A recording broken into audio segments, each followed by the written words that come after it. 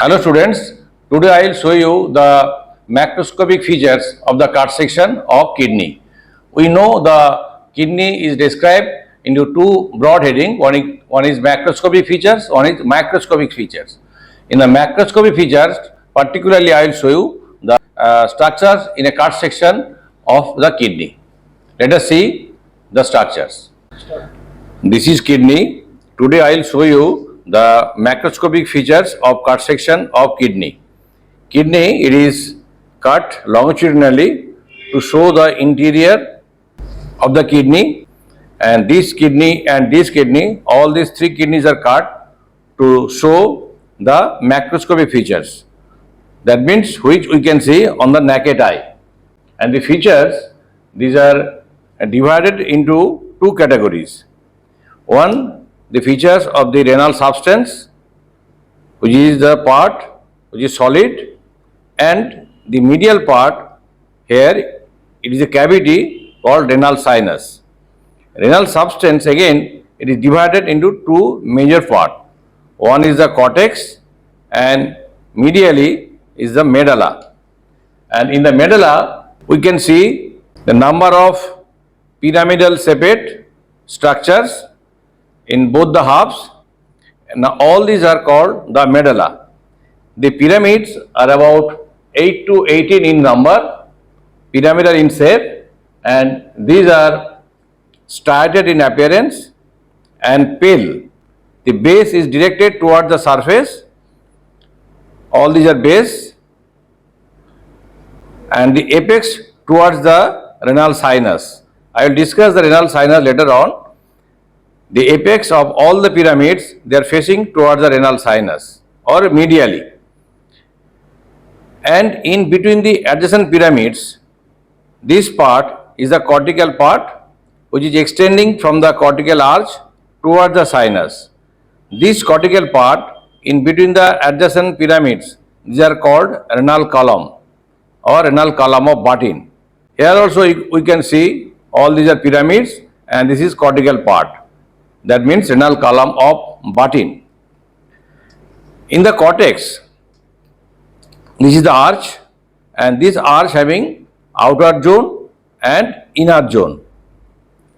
And in the medulla, the 8 to 18 pyramids are there, and in the pyramid, at the apex, that means towards the renal sinus, here we will get the papilla. So papilla, it is nothing but the apical part of the renal pyramids, which is received by the minor calyx. As a rule, the minor calyx, it receives about 1 to 3 renal pyramids. And the renal pyramids, they are striated, I told you, and this striation due to some factors. And the factors are series of U-shaped loops of Henle are there, including their descending loop and ascending loop in the pyramid. Then secondly, the collecting tubules and ducts of Bellini, which traverses the pyramid. And number 3, the blood vessels. That means the arteriola recti and veni recti, they are passing through the pyramids. For all these factors, the pyramid looks striated. And in this connection, one terminology I can tell you, that is a lobe of the kidney. A lobe of the kidney means one pyramid capped with the adjoining cortex is called the lobe of the kidney. And the term will come afterwards, that is called lobule of the kidney, which is a smaller part and which is found in the cortical arch. I am coming to that part later on. And I told you the apex of the renal pyramid here, which is called papilla. That papilla is perforated by the ducts of Bellini, about 16 to 20 ducts of Bellini or maybe more. They open in each renal papilla. The cortex, it is granular in appearance and consists of renal column and cortical arch. I told you the renal column means the part of the cortex extending between the adjacent pyramids, and this remaining part, it is called the cortical arch. It is arch in appearance, so it is cortical arch, where we will get the nephrons. we can see the nephrons also in this renal column. And in the cortical arch, here we will see the medullary rays and interlobular arteries. Medullary rays, these are the striated conical mass. The apex of the ray is directed towards the surface and base towards the pyramid. The base is directed or it is continuous with the striation of the pyramid. And the medullary ray, it forms the central axis of the renal lobule. That means on each side of the medullary ray, we will get the interlobular artery.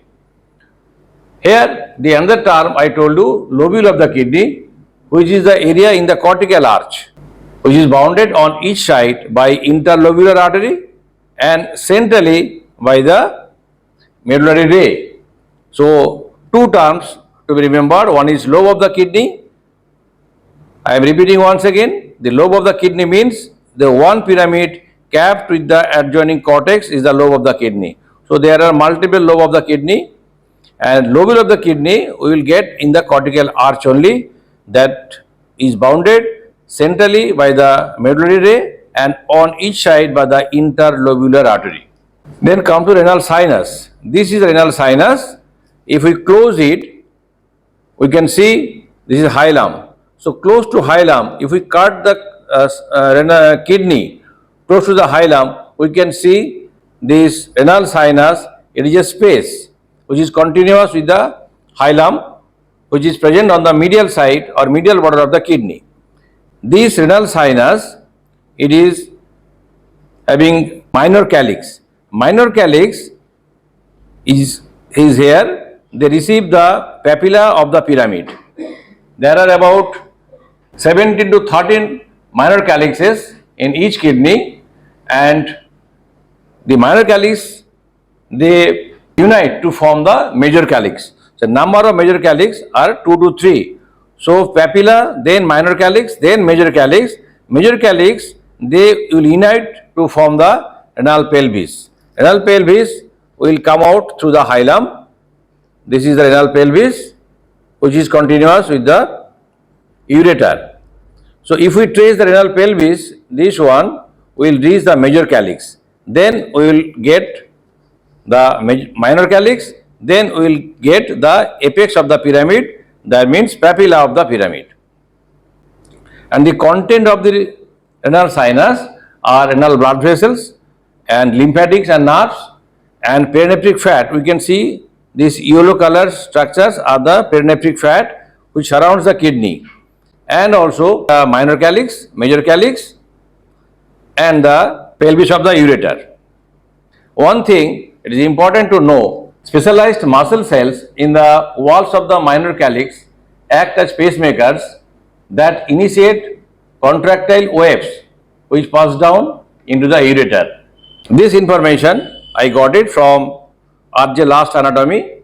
So we can remember if you are asked what is pacemaker of the kidney, the answer is it is the specialized muscle cells in the walls of the minor calyx. And in this connection, I like to mention the blood supply of the kidney, which is related to the structures in the cross section of the kidney.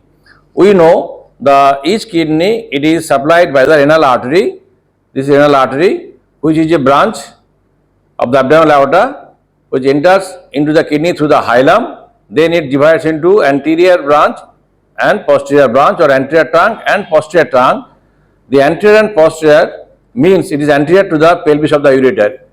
The anterior part in front and the posterior part behind the ureter. So the anterior trunk and posterior trunk enters into the kidney. Then each trunk again divides into different segmental branches. The anterior trunk, it divides into 4 segmental arteries: apical, upper and anterior, middle and anterior and inferior. But the posterior trunk, it is continued as the posterior segmental artery. The segmental artery, again inside the kidney, it divides into lobar arteries or lobar branches. We know what is lobe. So the lobes of the kidney, it is supplied by the lobar arteries, which are branches from the segmental arteries. Again, this lobar artery, it is passing between the adjacent pyramids. That means through the renal column. Here a renal column, this is pyramid, this is pyramid, this is pyramid, so passing through this.